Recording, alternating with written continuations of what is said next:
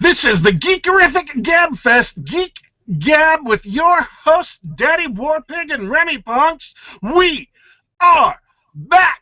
That's right, Geek Gab, every Sunday, 7 p.m. Eastern Standard Time.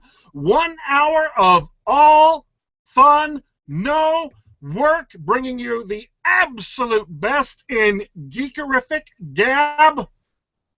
Anything geeky goes today, and I want to touch on this in just a moment. Today we have a super secret mystery unknown AAA game developer on the show, but our co-host Gorinal is not on the air. He is instead shamefully watching football, so we can all boo him in the comments. I'm reminding you, by the way, as always, you can catch me, your host, at the House of Geekery, daddywarpig.com, or follow me on Twitter at daddy_warpig, and my co-host RemipunX, you can also follow her on Twitter at RemipunX. The links are in the description. Speaking of Remi, why don't you say hi to the folks while I stop and take a quick sip of water? Good evening, everybody. This is Remi, RemipunX on Twitter and pretty much everywhere else on the internets. I wanted to let you guys know tonight my capabilities are going to be slightly different than normal. I asked for questions ahead of time because we are down a co-host, and I am only able to do so many tabs at once. So we have an awesome list of questions. I do normally like to, hey Ralph, I do normally like to touch on the questions that are asked in the chat, but it's you guys get talking really fast and there's only so much I can do. So I appreciate everybody who's asked questions ahead of time. I'm going to try and make sure everybody's questions get answered. Folks in the, hi Marco, folks in the chat, if you guys do have questions, try and shoot them to me on Twitter. I'm going to try and keep up with them, but I can't do the chat and Twitter and everything else. So bear with me if you get overlooked. I preemptively apologize for that. I am going to go ahead and introduce Mighty, who is our guest for the evening. And just let you guys know, tonight is for fun. This isn't, you know, oh my gosh, happenings or this or that. We're just going to have a good time, talk about the industry. There is a big curtain between what they do and what's visible to us, and we're going to just pull the curtain back a little bit and hopefully have a good time while doing it and get our nerd on. So I'm going to hush, let Mighty share the information that he wants to share with you guys, and then we're going to roll into questions, and it'll be a good time. Oh. Hey everyone, Remi basically introduced me. I think I want to keep quite minimal to who I am, but yeah, that's all. You know, I'm not great at this. Oh, you're going to be fine. It's okay. And this is, I promise our audience will be on their best behavior, right guys? Everybody's going to behave and it's going to be a good time. If you guys are ready, I can start rolling with the questions that we have for the evening so far. Is that cool with you? Go for it. That sounds great. I don't have anything. Okay. First off, first person who hit me up on Twitter was Julie Monroe, which is at, I'm going to say this wrong, but at Noen007.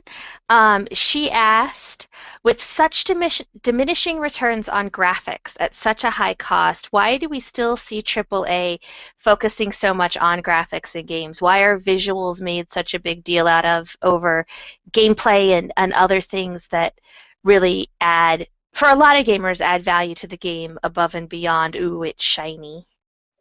That's quite obvious, but visuals are first impressions, obviously. And with the newest gen, you want to show them off, so people are going to like sink so much into visuals.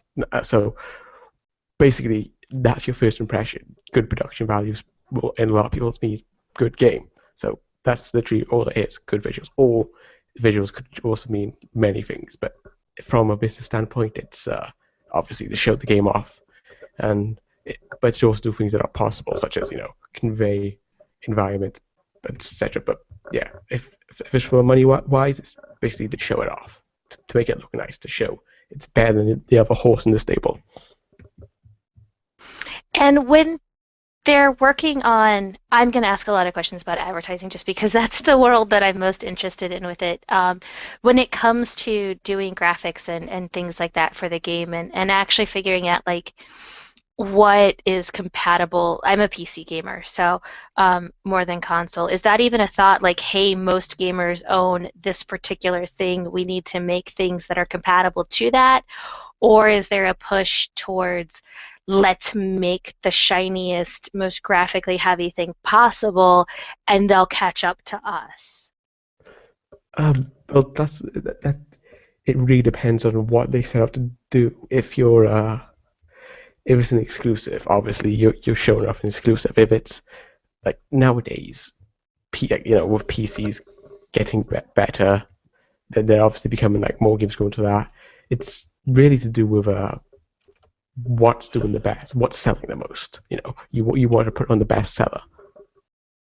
That totally makes sense because it ultimately it is an industry and it is about businesses making money and things like that is as much for us as fans that were passionate about it. And I think I feel comfortable saying most developers start out at least as gamers and fans of video gaming. And then eventually I think it does actually turn more into a daily job and less of a work of love. But do you think that it works like that? I mean, do most people come into it because they play video games and are really passionate about it, and then it sort of evolves into, hey, this is my job, I need to make an income? Well, actually, I've never met a dev that isn't a gamer. From my point, it's I'm trying to word this now. It's when people coming from there, they're always bright-eyed, excited. I can't wait to do this, yay! And then of course shit. I'm sorry. I'm terrible at this. It's when a hobby or something that becomes a job, your views obviously going to change on it. But naturally, if you want to make games, it's because you like playing games. I don't see the point of going to a job you don't like. If you're not interested.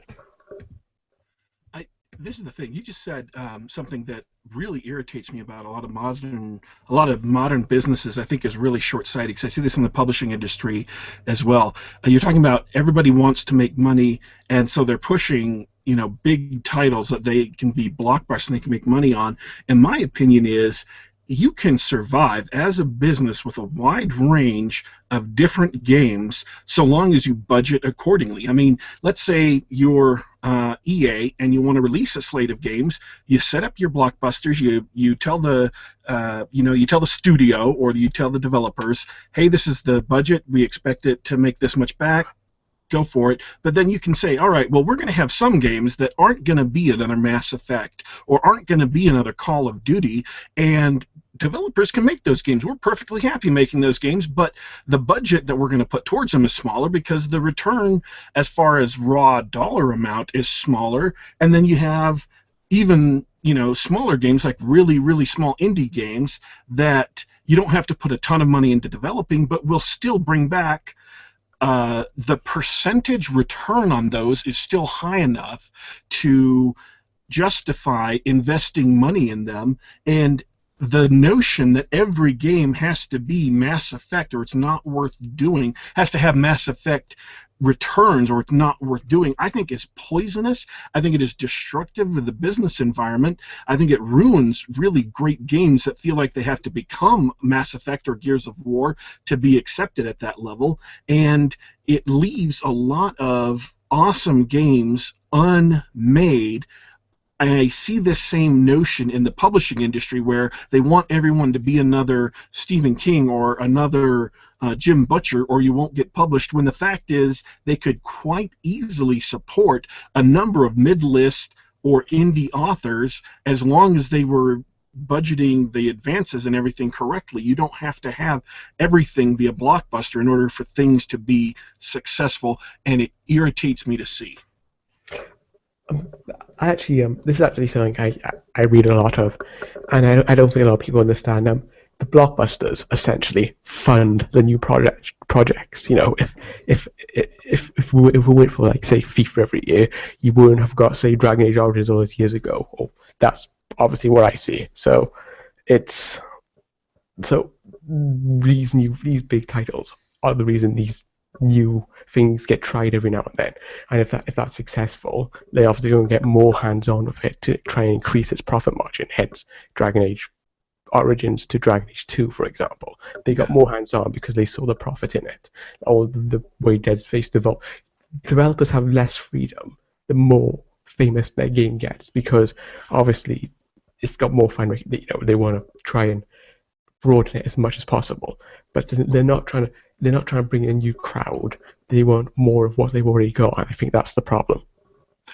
Movies do the same thing too. Now it's all pushed towards big blockbuster Avengers or Transformers, and a lot of times your smaller movies are getting pushed off the slate. So it's not something that is just unique to video games. It's in the publishing world, it's in movies, and it's in video games, obviously.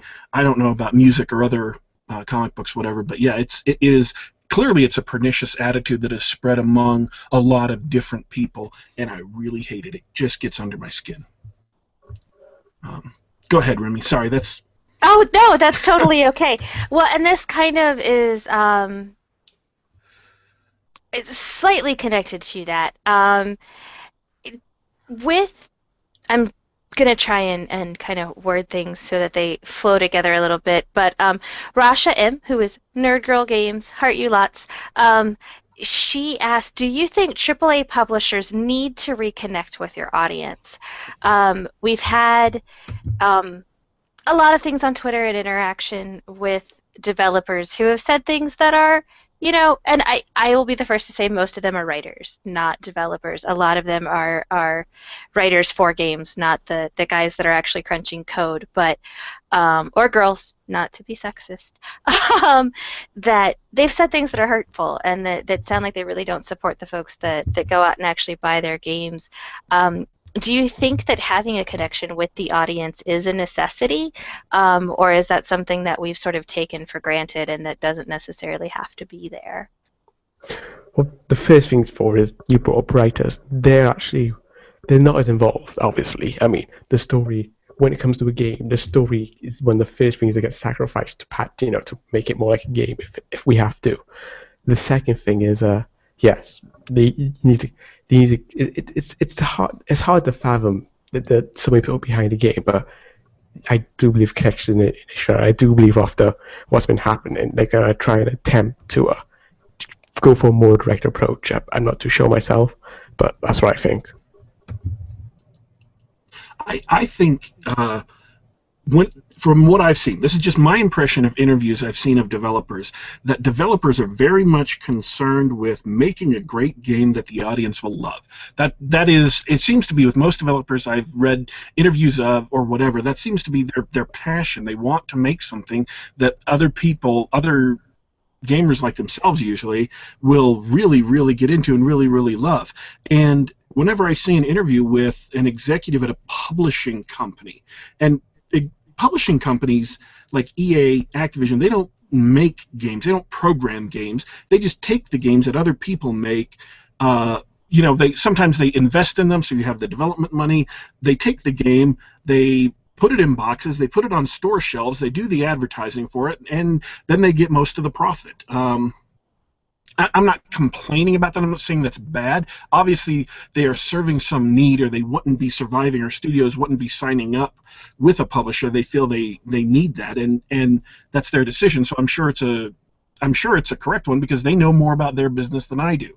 But I don't see executives at publishing companies being as passionate at providing good quality games to gamers as I see from developers. They just don't seem to have that drive to want to make something that is great. They want to make something that is awesome. They want to give it to their audience and connect with them. They just don't seem to be any concerned with that. They just want to make money, and if it is, and people who read my Twitter feed know I don't have a problem with people making money at all, but there is a way to make money that invests long-term in your relationship with the audience, and that's something Valve does very well. And there's a way to make money that is a short-term cash grab that destroys the relationship with your audience. And I think that Activision and EA are really high on the list of companies that are destroying their relationship with the audience. And then, unfortunately, Ubisoft just seems to have vaulted the field and landed at #1 of people making mistakes in order to make money. They're destroying their relationship with their audience, and I really find that distasteful. I think that's foolish and it's short term. One of our viewers actually asked, Lloyd D. Boy, number 8157 on the Blockbot.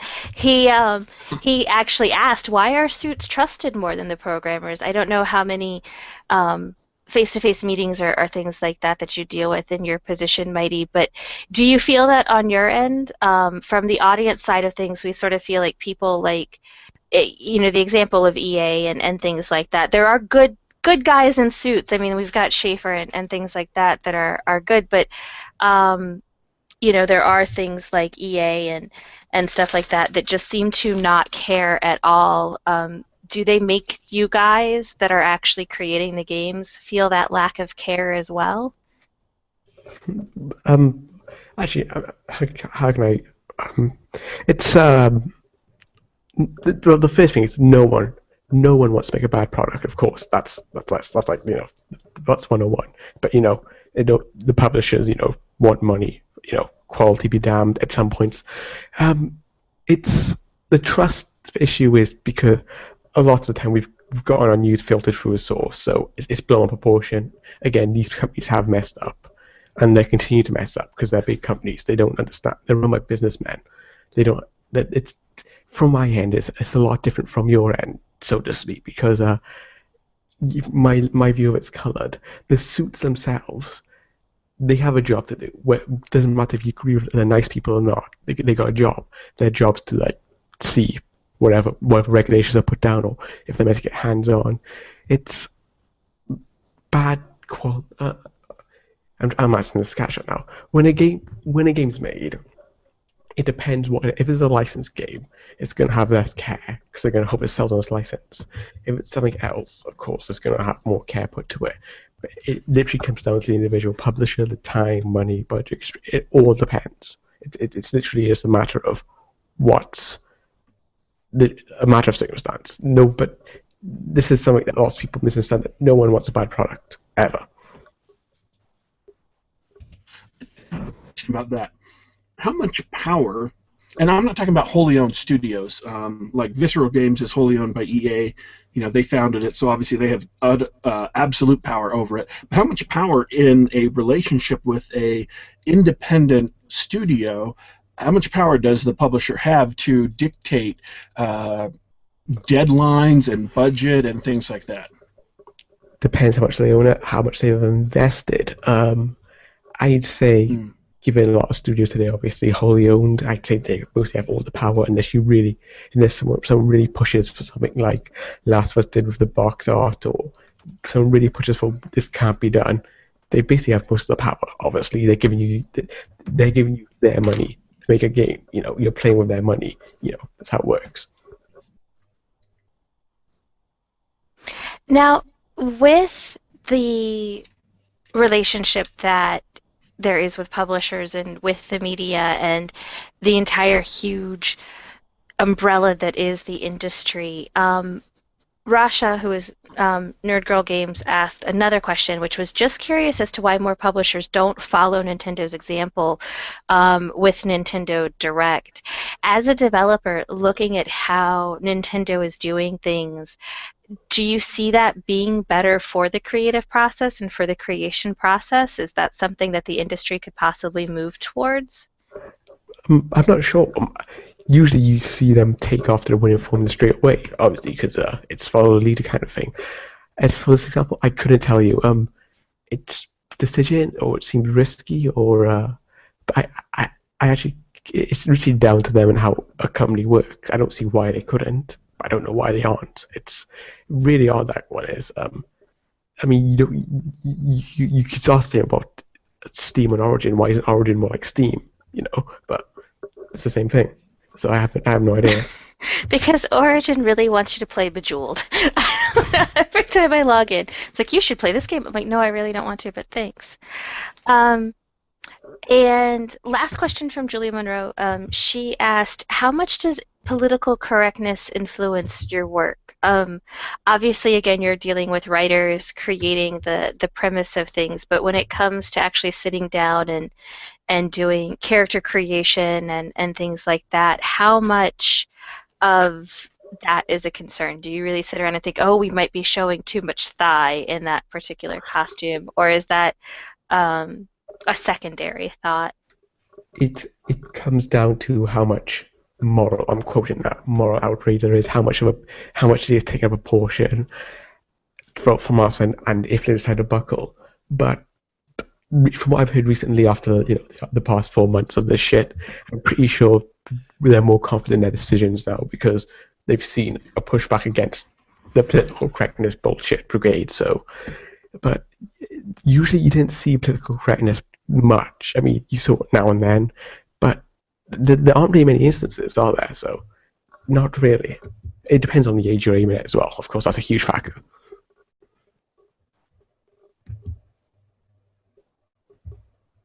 Sorry, and that is why I can't have multiple tabs. I lost my mute button there for a second. Um, and I think that that's great, and I think that's a positive thing that's been happening is that now, since that outrage and that outcry is going to be stifled by voices as saying, hey, let us have the things that we want. I, And this actually is this flows right into Colonel Red Panda. He asked, how does it I'm going to make you interrupt feel? just a Oh, sec. go ahead. I think if publishers and developers feel empowered to create the games they want to make rather than being constrained by the parochial concerns of one or another groups, even if those groups happen to either largely be in or have the assistance of the media, if the publishers and developers feel empowered to ignore those concerns to a certain extent and to focus on what the people who buy and play the games want, then that would be a massive win for gaming and gamers. But until really recently, a lot of these people, the feedback was mostly from these sites, of course, and their feedback. But now there's again, obviously, anyone who is part of the industry as a whole. I'm talking about industry now, not indie. Indie is not part of the industry. That's a huge misunderstanding. Has looked at the past 4 months. They know what's going on. Whether they act on it is up to them. Whether they decide to be vocal about it is up to them. But again, they have seen that Twitter is a really useful tool for feedback, which I don't know why they didn't see that before. Maybe they did. Maybe it's not as important. But yeah, that's basically it. They've seen it. They know what's going on. A multi-billion-dollar industry is not gonna see this and go, yeah, it's nothing. It's stupid. They're gonna look into things. That makes sense. And that, I guess, from our side of things, and the way that it's been kind of viewed is that there is a wall between what us as the consumers say versus what seems to be heard. And Colonel Red Panda, he asked, how does it make you feel when quote-unquote journalists contrive outrage? By the way, I just did air quotes. You guys couldn't see, but it was awesome. Contrive outrage and controversy on something as simple as box art, for instance, with Far Cry 2. Which seem to have gotten heard. I mean, and that's the thing is how does it feel when these journalists sort of pounce on something that to gamers is a non-issue? I mean, Far Cry, there were other things we could have been talking about with Far Cry 4 outside of the box art as a gamer concern. But do these journalists, are they seen as silly? I mean, when you guys, pick up the magazines or go to the sites, do you look at those headlines and go, what? The same way that we do? Or is their concern really taken to heart? A lot of us shake our heads and go, for fuck's sake, to be honest.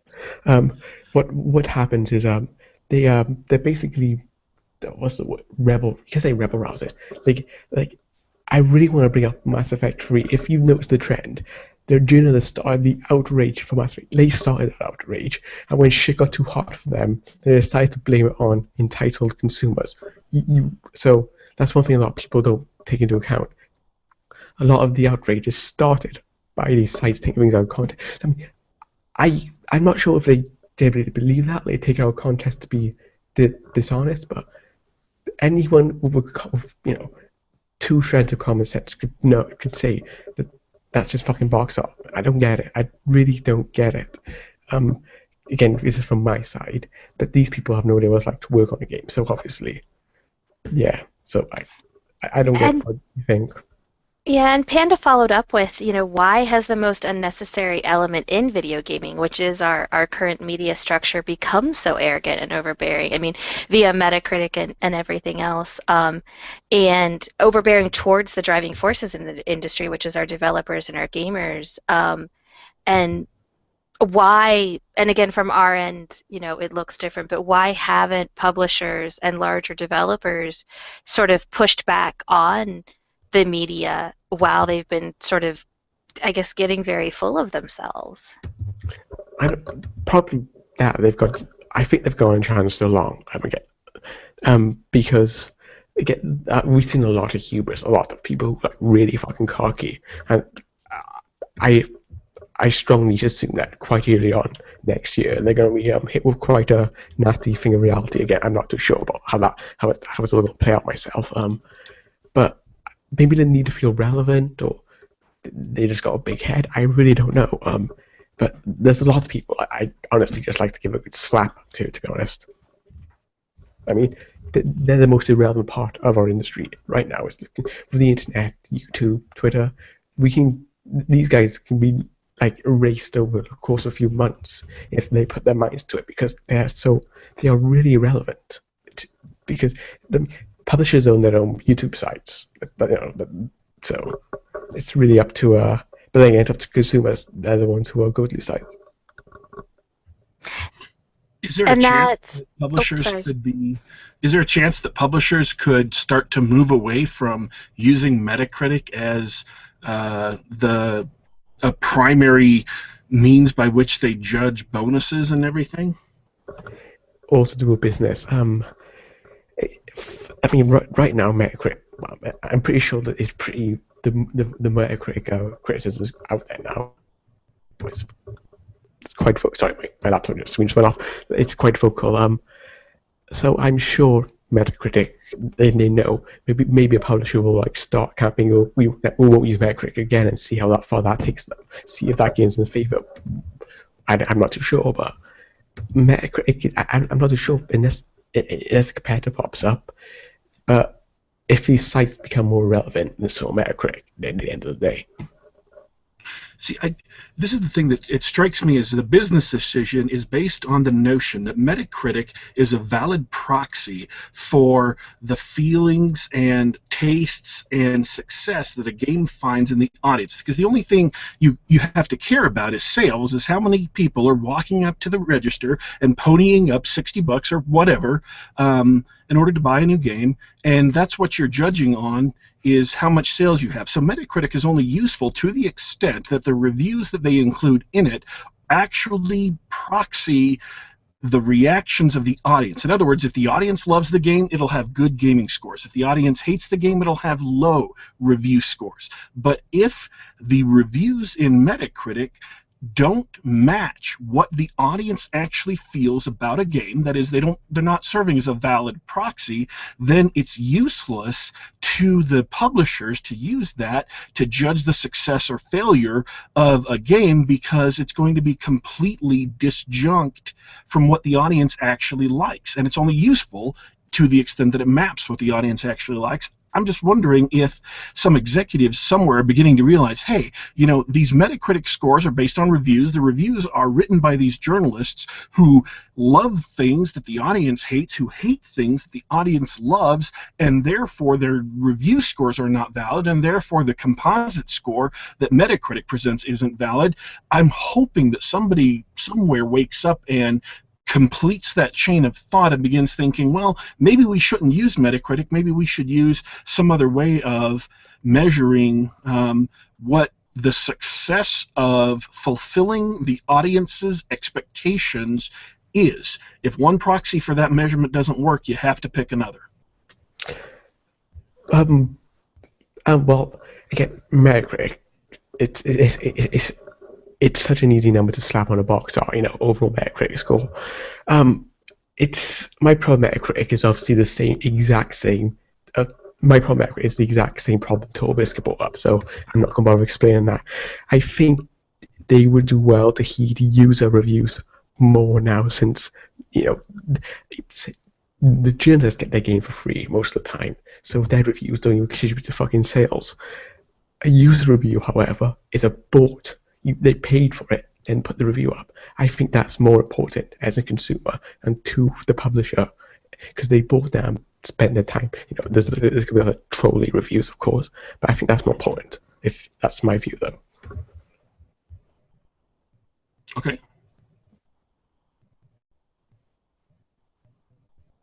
Again, with the mute button, I am a fail.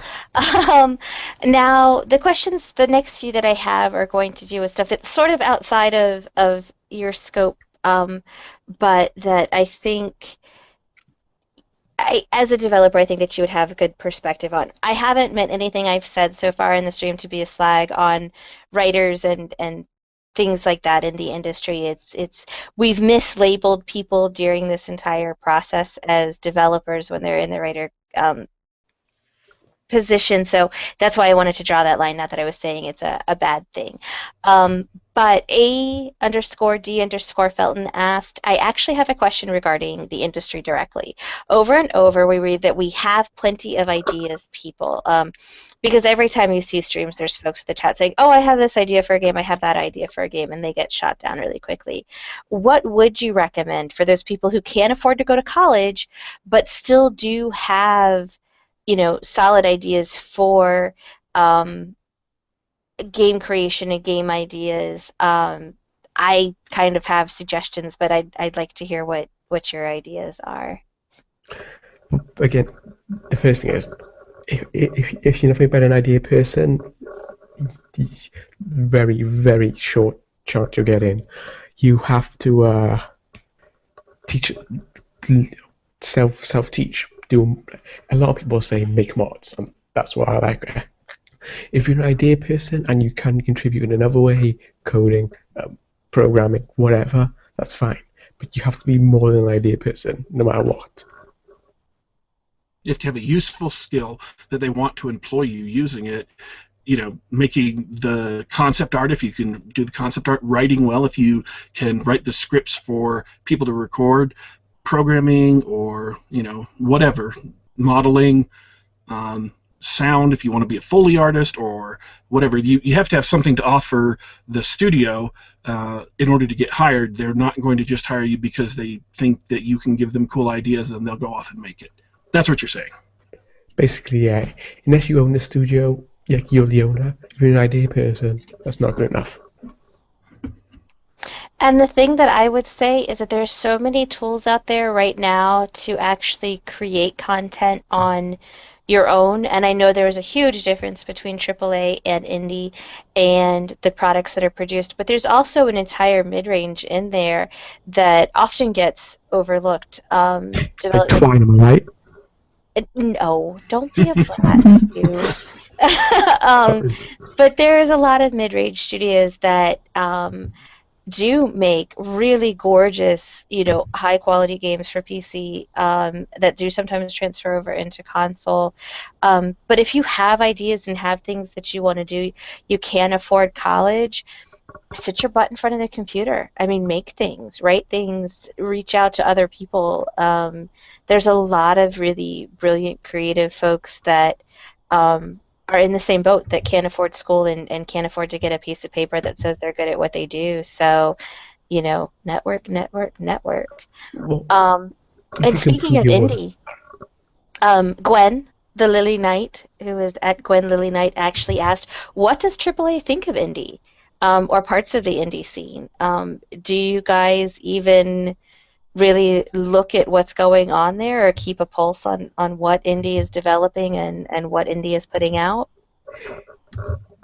Indies it's interesting. I mean, there's a lot of potential at indie, obviously, but it's the reason why it depends. A lot of people in the industry have different views on indie.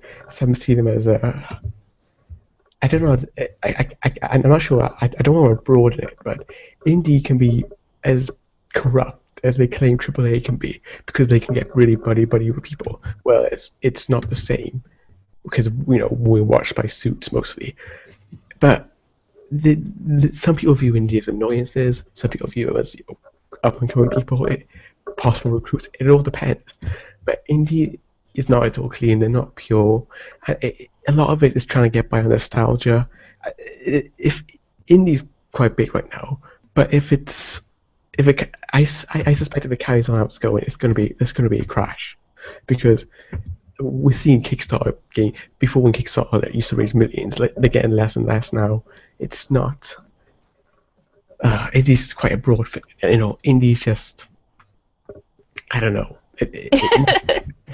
I think that's a lot of our view too. Is it's hard to define and to understand everything, and I would hope that nobody gives indie a pass and says that it's not corrupt. That would be. I'm sure. After all of the education that we've had thanks to our wonderful gaming media, that none of us would look at indie and go, "Oh, look, they're not nearly as bad as AAA." Just because you guys are under a lot of, at least, social chokehold in how you're able to behave and what you do. It's still standard. If you're selling a product, you don't get a free pass. That should be everyone's view, to be honest. So that's it. If you're giving something away, you can make whatever the hell you want because nobody's investing in it. You're not cheating anybody. But if you're selling something, you need to make a product for your audience, however you define your audience, that they're going to want to spend that amount of money on and feel like they're getting value for it. Yeah, but basically, it all comes down to, again, if you're selling me something, no matter how much, there's no excuse. This goes for both indie and AAA. And also, the definition of indie, I would not class a lot of people who claim that indies are like Double Fine. You're not indie. Piss off. Just my view. Now, I'm just reading through questions and trying to make things go in a normal order. Kind of to flip away from the indie stuff a bit, we had GG_sculptor ask, what agencies are most commonly used to find workers for games art? So I'm going to think that they mean like the packaging and promotion art and things like that for a game. Are there particular go-to agencies, if that was something you were interested in doing, that you would go to, or is it more direct hire? I don't know anything about that. Hadn't even crossed my mind. I mean, are those people part of the team, or are they outsiders? I don't really have a hand in that. I guess they obviously hired a mass producing company, and you get one of the artists to do it up. I couldn't comment on. That's a good question. You have to ask someone who's actually an artist and does that, because that's not my role. I put finger to key. But it's. Shit. Well, I will definitely keep it in the paste bin, and if there's any AAA artist out there, we've got questions for you. Let me jump in here quick anyway. Because you just mentioned that, if anybody has any suggestions of people they know who are creative people, who are writers or artists or musicians or whatever, who would be interesting guests for Geekarific Gabfest, send a tweet to Remy, send a tweet to me, send a tweet to Doranal, and we'll talk to them and see about getting them up on the show. Next week, we have another developer, an indie game developer, Pixel Metal, is coming on the show. Yeah. We would like to get as many different people in as many different fields who are creative people, geek people. Somebody works in comics, somebody works writing novels, whatever. Last week we had a short story writer, up-and-coming novelists on the show, as many of them as possible who want to come on. We would certainly love to have them on. So she's talking, Remy mentioned, if you know a AAA artist, bring them on the show, and I'm saying I'm expanding that. If you know other people who might be fun, who would be interested in coming on and talking to us just about what the stuff they do and the stuff they love, please send us a tweet. We will try to get them on. I have a note right in my notepad that Tashi TNE, Alejandro Arganada, man, I'm terrible. I'm a horrible person with names, who makes all those awesome, all the awesome illustrations, the monocolor illustrations. I am tweeting him after the show just to see if he wants to come on. Anybody like that, please let us know.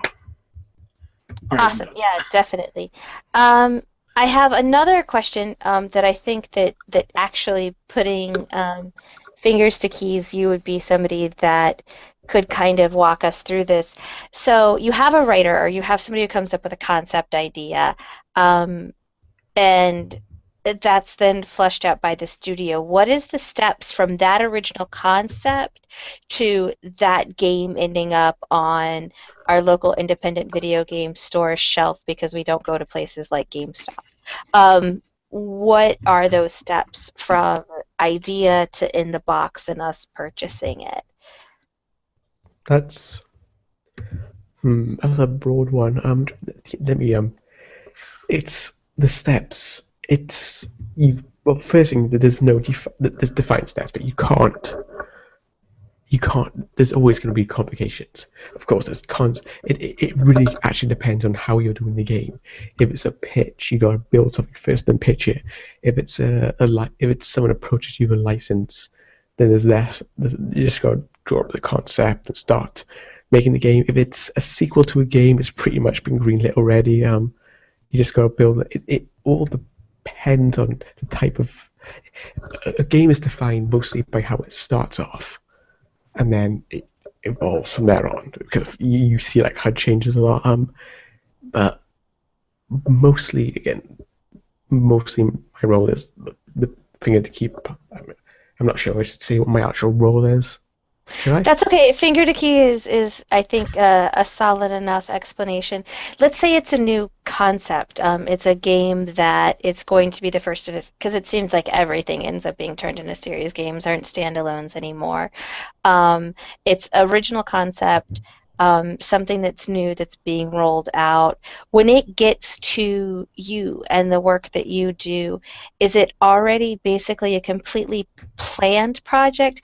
I know writing much more than I know the video game creation process. So it depends. Like, if you're an animator, you're probably going to get a hold to be doing stuff before the guy who makes the gameplay happen, per se, you know. So you do the animations, and the other guy works on the things that makes. I'm going to make this sound stupid now. That makes the buttons so the animations happen. So it really, like, everyone has a role, but they're working on things together, and communication is a key part. Obviously, it's fuck. I really don't know how to explain. You have a massive team, all of whom have different roles and different things that they have to do, and project management is about making sure that each individual tiny part comes together at the right time to be able to put it all together finally. But so you can't discretely identify it and say, okay, here's step A, here's step B, here's step C, because a lot of these things are all being developed at the exact same time. You have people working on sound at the same time. You have other people putting together middleware for the AI, and other people doing whatever. It's not a linear, nicely linearized process. It's very, very amorphous and complex. It's really hard to actually answer that without saying what I do, because I can explain my part from the process there onwards, but it's really hard for me to just answer that like using a really broad stroke. And that's totally, completely acceptable. I get it. Actually, next question, I think we already covered. Father Virgil, he asked, how does someone get involved in the industry and their writing capability? Have other marketable skills, have other things that will get your foot in the door, and get you to where you're able to do that. It sounds like being multifaceted is really an important part of the the gaming industry at this point. Well, and it also helps build a healthy career option, because you're going to be moving from one company to another at some point. Everybody does. Even the super big names end up starting new studios, or their old studio they leave it or it collapses or whatever. And so the more things that you are actually able to do really, really well, the better your chances of moving to a new studio when it's time to make the move, or moving to a publisher, or moving, God forbid, into a media position, wherever you want to do. So if you can do concept art and great writing, then that's a plus. That means you can go for either of those jobs. There isn't any one sure path to get in. You have to make sure that you have skills that are sellable to as many different employers as possible. Well, when it comes to getting a job, again, I'll say it's only one. If someone comes in with a piece of paper saying they're qualified, and someone else comes in with like a working build or a mod, but he's home taught, if you can show the person what you made, it's a better chance from what I've seen, he'll get in. But I've met so many people who've come in from different angles, like people came in straight from university or college, people have come in from previous experience, people have come out of nowhere. I'd say the same thing: school, make mods, prove what you can do, blah blah blah. But that's not the only way. There's so many ways to get in now. You just proof of workers. I'd say the best thing to do is just show someone what you can do, and the recommendations will happen. That's what I'd say. That sounds like solid advice to me. The next question that we have, the person asked me to ask it anon, even though I think that they were worried about being embarrassed, but I think it's a perfectly legitimate question. They asked, are developers willing to accept, and I'm going to ask the question and then kind of reword it into Remy speak, but are developers willing to accept that while we mostly hate the current gaming media, we still want hard questions and criticism of games and of development to happen, that a lot of the current problems stem from questions and rhetoric that the journalists have actually been fairly soft with and sort of buddy with the industry, and then the things that they are hard on you guys about is nonsense and completely unimportant. So it's quality of game is not questioned, but length of skirt and things like that are questioned. Do developers feel comfortable with us wanting to sort of push back and say, hi, this game is a piece of crap, could you please take it back and do a better job? Is that something that criticism that you guys are open to hearing? So I want to tackle this in a few different steps. Firstly, a lot of developers I know, and from what I understand, we think a lot of these people are basically scumbags. We don't like them. They focus on, you can see with certain reviews when they focus on a certain subject, and that doesn't really reflect on the game. We want valid criticism, good criticism, not biased, one-sided from con artists. We don't want. There's one thing I want to get. Objectivity, 100% objectivity is impossible, but it doesn't mean you shouldn't try, right? I mean, if you want a good example, Total Biscuit, again, he's a great example. He's fantastic because he tries to be objective. But imagine put yourself in the shoes of the developer and you make a game, a genuinely good game. People love it, and then you're yelled at by angry mobs of people because some guy somewhere said it's sexist. Can you imagine being the people who worked really hard on that game, and the one thing to take away from it is an instance where you can punch a woman? Can you just that people don't seem to forget that, they don't let that sink in. You'll be told this game's horrible, not based on what it is, but because of someone thinks something sexist when that's nothing. That's not the intention. No one in the industry is inherently sexist. But I'm getting a bit off topic. Yes, we want valid criticism. No, we don't think the current people are qualified. I mean, they're fucking amateurs. I mean, just no. Excellent answer. I liked that one. Next question actually loops back to the very first question that I asked about why graphics are focused on. Sock Arena, we love you, Socks, asked why story dialogue and narrative from her perspective are just as important as graphics. I'm going to say for me as well. Why do those things get so neglected and so sacrificed? And you linked it with money, but for buyers, those are still the important things. I mean, if you look at Borderlands 2, that was an example that was given of stuff just not, it was poop. Um, how is that justified for you guys that are gamers and enthusiasts just as much as us? How do these publishers justify sort of flagging off with the story and everything else that gamers really, we like those things.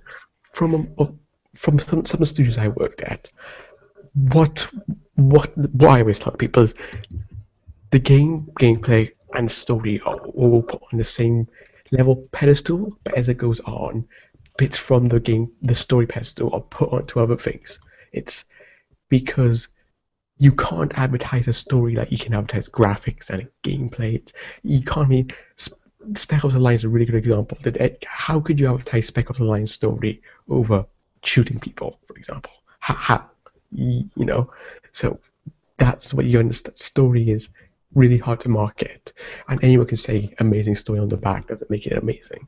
So story is important, but at the end of the day, it's a game. So I will. That makes sense. Yeah, because it's not like a movie, so you're not going to be hooking somebody in with tied to best-selling, heart-wrenching novel of last summer, kind of thing. It is unfortunate. I wish there was a better way to market that. I think that things like now we have a lot of people who do Let's Plays and things like that that really show the care that can go into the storytelling in a game and promote those aspects without, I mean, and that's effortless for the studios. I mean, they don't even have to do anything. It's just enthusiast online sort of promoting their product for them and showcasing the things that are, oh, people are being funny in the chat, sorry. But that they're able to kind of do for them and show like, hey, as a gamer, this is important to me, and look at me playing the game, and you can see those aspects as well. Hello? We're still here. We're still here. It just carried on. Like my speakers are kind of crap. Anyway. That's okay. Okay. But yeah, and do you think Let's Plays, I mean, do you enjoy that sort of thing and that sort of, promotion of games? Is that something that's looked positively on? Let's Plays is great advertising because a lot of Let's Plays also play older games, which get those games notoriety. It all depends on the personality, of course, but Let's Players, YouTubers, people, they are really looking at those markets now. And a few especially targeted sites. But yeah, Let's Plays can be, if used right and any affiliations disclosed, fantastic. They're a great tool to advertise, basically. You can see reactions, you can see it from people playing. It's not just Let's Plays is a great idea. That's my word on it. I've never actually watched one, like ever. I used to watch Geek Gab. I think they're great. I greatly enjoy them. They're a big bonding point for my daughter and myself. I think Geek Gab has lost his edge. So, but that's just me. Yeah, I watch I mean, everybody, I think anybody who knows me and has seen anything I've been on or read anything that I've written knows that I'm a big fluffy bunny. So I watch folks like Markiplier and Cryotic and guys like that who are just, I mean, they're just big teddy bears. And even though they play, horror games and things like that, they're just adorable. And watching them play games is fun. And my daughter is a huge wuss and afraid of the dark and all of those things. And because these guys are so nice, like I can, cuddle up with her, watch them play a horror game that I might not have otherwise been able to get her interested in. And it's cool. And they introduce me to developers and games that I wouldn't have necessarily heard of. I don't watch a lot of, I know everybody, I'm even afraid to say it, I know everybody loves TB and a lot of other people like that, but I don't know. I like the fluffy bunny guys that are sort of funny and silly. They play games the way that I play them, and that's why I like to watch them. You know, if I ever did a Let's Play video, it would reveal both how bad a player I am and how much I swear at the things that happen because I'm a bad player. And I just don't know. I just don't know that people are going to want to sit there and listen to me yell the F word every 5 minutes or 4 minutes or 3 minutes, however long it is to get past a place, and watch me try to redo something 4 or 5 times. I'm just not sure that's going to be audience pleasing. If millions used to tune into PewDiePie yell rape jokes for like half an hour, I'm pretty sure they'd tune into what bloody yell F words. Well, and Pewdie is cute. I will give him that. He is good at marketing his adorableness. But I don't know. I get nervous. Like I had somebody challenge me. I made a mistake and brought up Call of Duty in front of a hardcore Call of Duty player, and the dread that filled me, like it was this icy cold chill came over my body, and I was like, oh my God, I'm about to have my butt kicked. I'm gonna be unpopular here, but what do people say about Call of Duty? There's no denying how technically sound it is. I don't care what anyone says. It's a technically sound game. So. Well, and he was big. I play it. I mean, I'm not gonna lie. I absolutely 100% play it, and I don't, console pleb or whatever else. I like what I like. The story kind of wah wah, but for gameplay and for a first-person shooter, Call of Duty gives me what I want. I was big into Halo, and it started to feel a little repetitive for me. Call of Duty, I enjoy.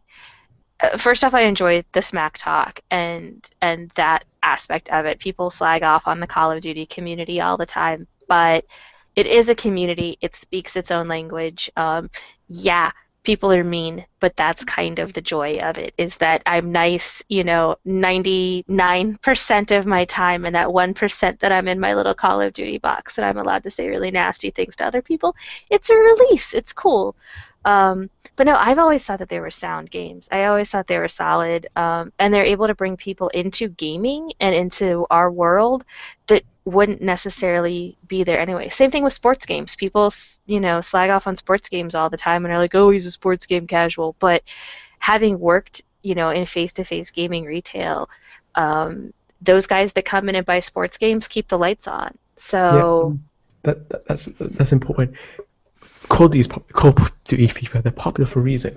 And because Call of Duty and FIFA exists, people get their one-off games like, their Dragon Age, their Mass Effects, all these new things. Those games, like I said, those games, fun those games. So hate them all you want.